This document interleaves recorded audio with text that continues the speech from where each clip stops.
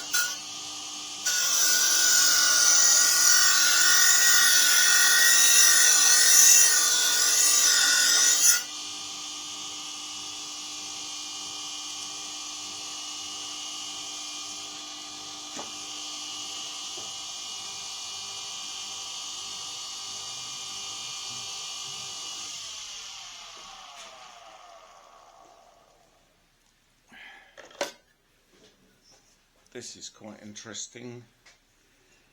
It's uncovered on this testing area on the sword blade, on the tang. There's a rather nice stamping, in fact, of the top end of a sword. I'll see if I can get in and show you that.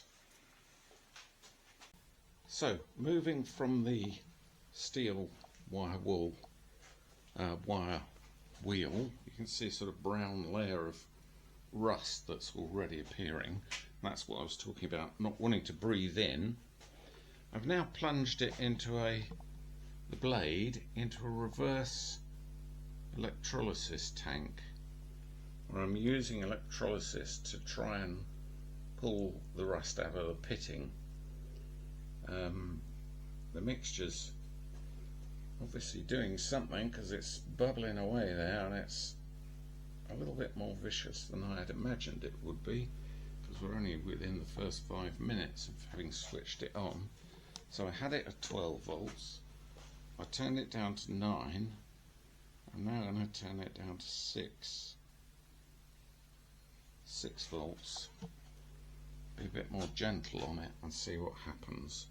The blade being the primarily important part, I'm concentrating on that, so I'll check that in a minute. I'll switch everything off and then stick my hands in, pull it out, see what we've got. In the meantime, I've started on the garden hilt. That is a little bit out of shape. If you recall, the clip wasn't clipping in. So there's a before, bit of a mess, and now here's an after. Unfortunately, I couldn't find any unit markings. Sometimes they're on here. There's nothing there. All the corrosion has already seen to it and they have gone through the passage of time. So I'll get on with that while the electrolysis is occurring and see how we get on. Right, so I've had a good old look in there. It smells quite whiffy when you get it out. Quite pungent, but there's definitely a heck of a lot of thick, heavy rust to come off of that. So I've turned the power back up again and going to give it a blast. Okay, these two are, there was a tiny little wafer thin, probably piece of leather between the actual tang and the guard, probably to stop it vibrating, but that is like parchment now. And then on to the grip. Well, there is not much left of the grip.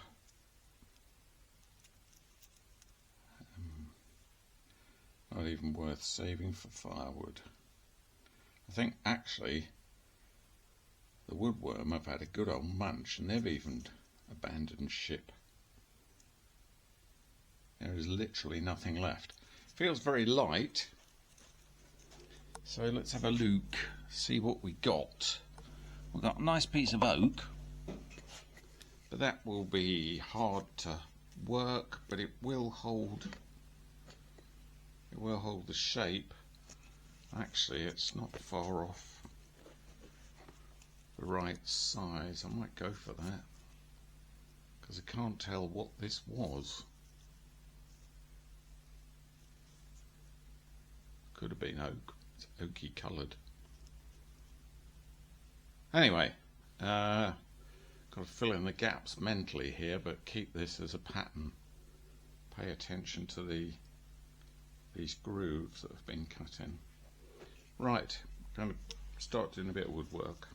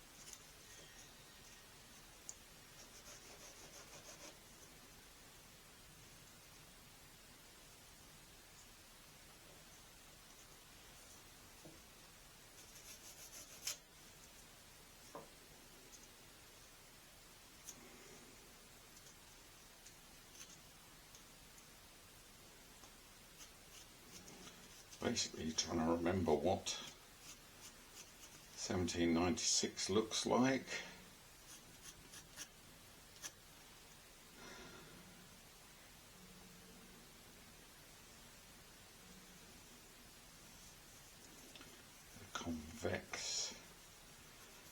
A concave curve there, and a convex curve there with lines, just to give me a guide when I'm hacking away.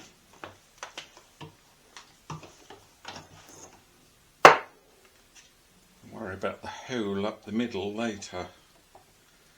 I should be on a woodworking vise, but at the moment there's nowhere near the finished article, so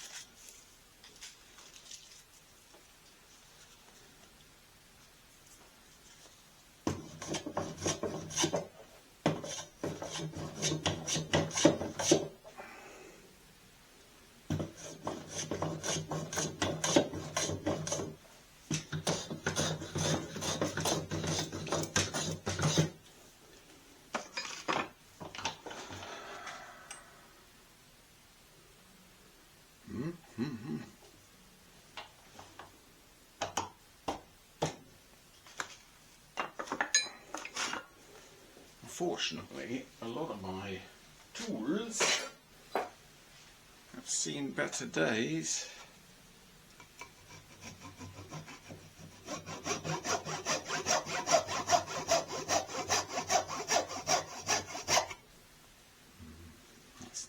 Even that's blunt.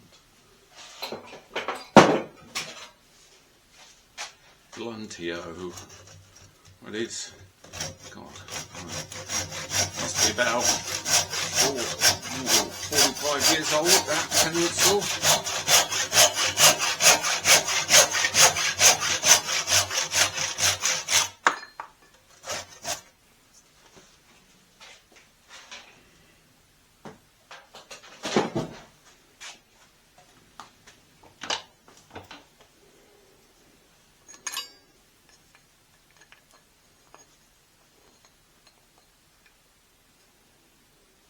Might get the old belt sounder out. That's a good secret weapon for this job.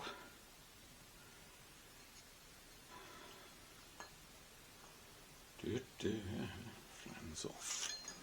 Flattens off at the top.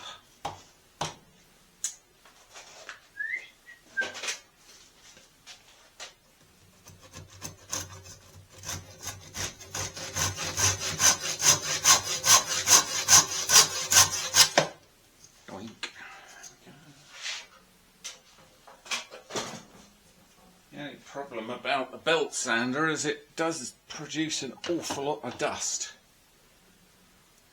Goes everywhere. Oh no, don't you know? Put a little bit of detail in to start off with. Gives me something to kind of work around.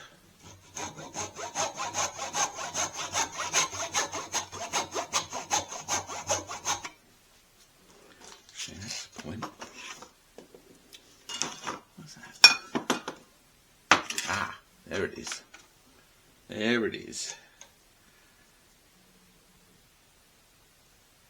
So that's actually round to all intents and purposes. I have to call that round.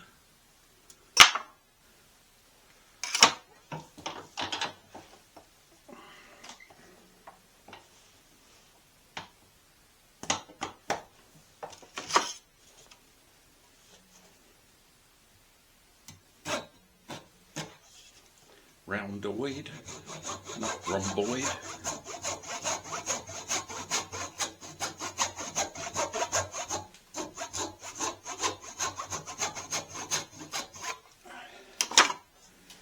course, getting warm in here.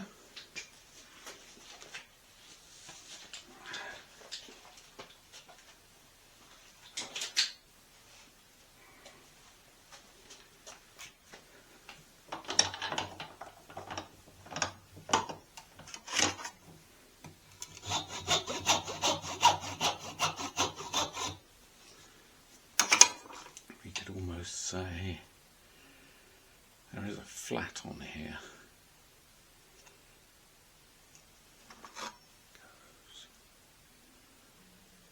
There it goes.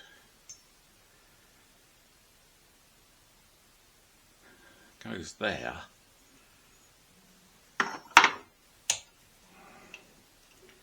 Put the flat at the side. God, where's that pencil?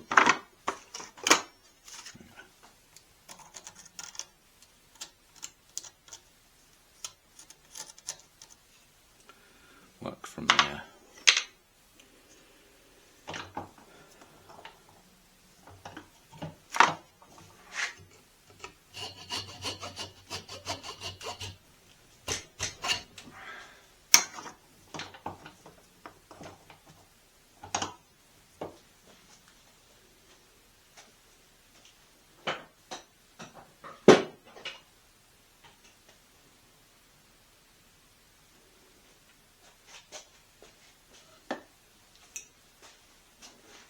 I know, don't you know?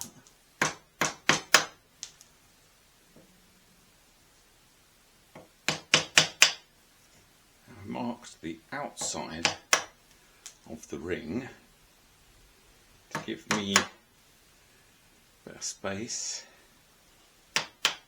something to play with. That will obviously all come off to get it to fit within the ring.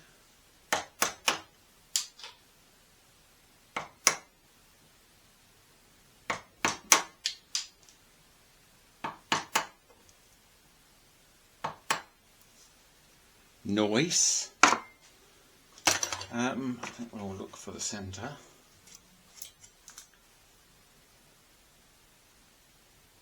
Because it's going to be a square slot or hole drilled through that.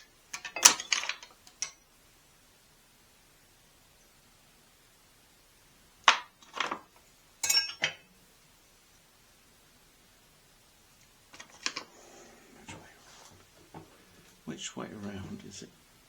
Yeah, that's right.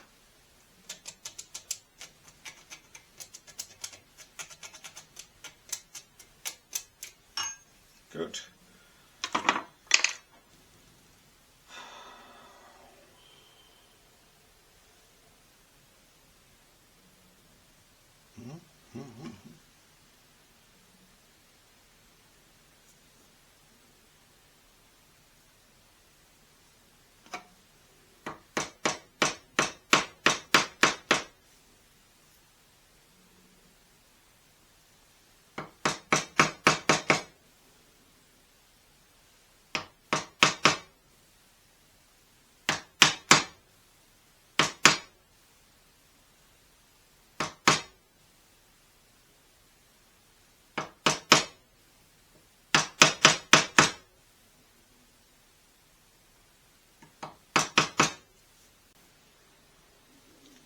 Right, got the outside dimension.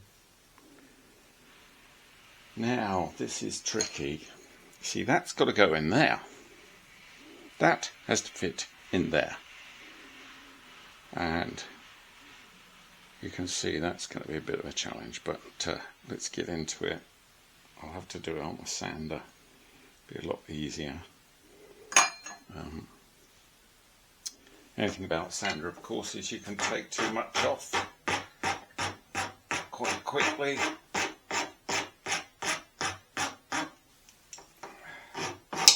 Which is not always desirable. Let's go.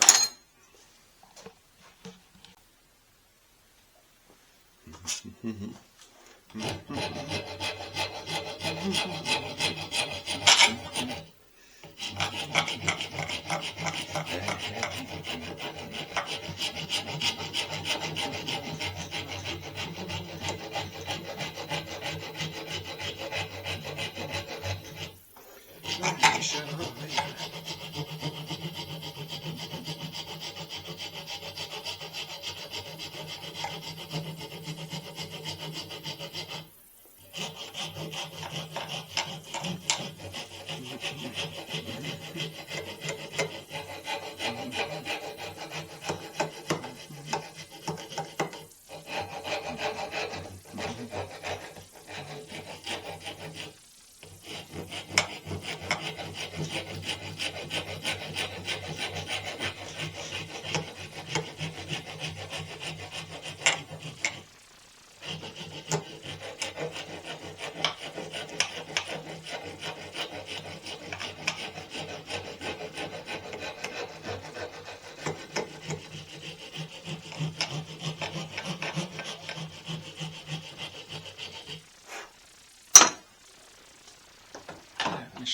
here.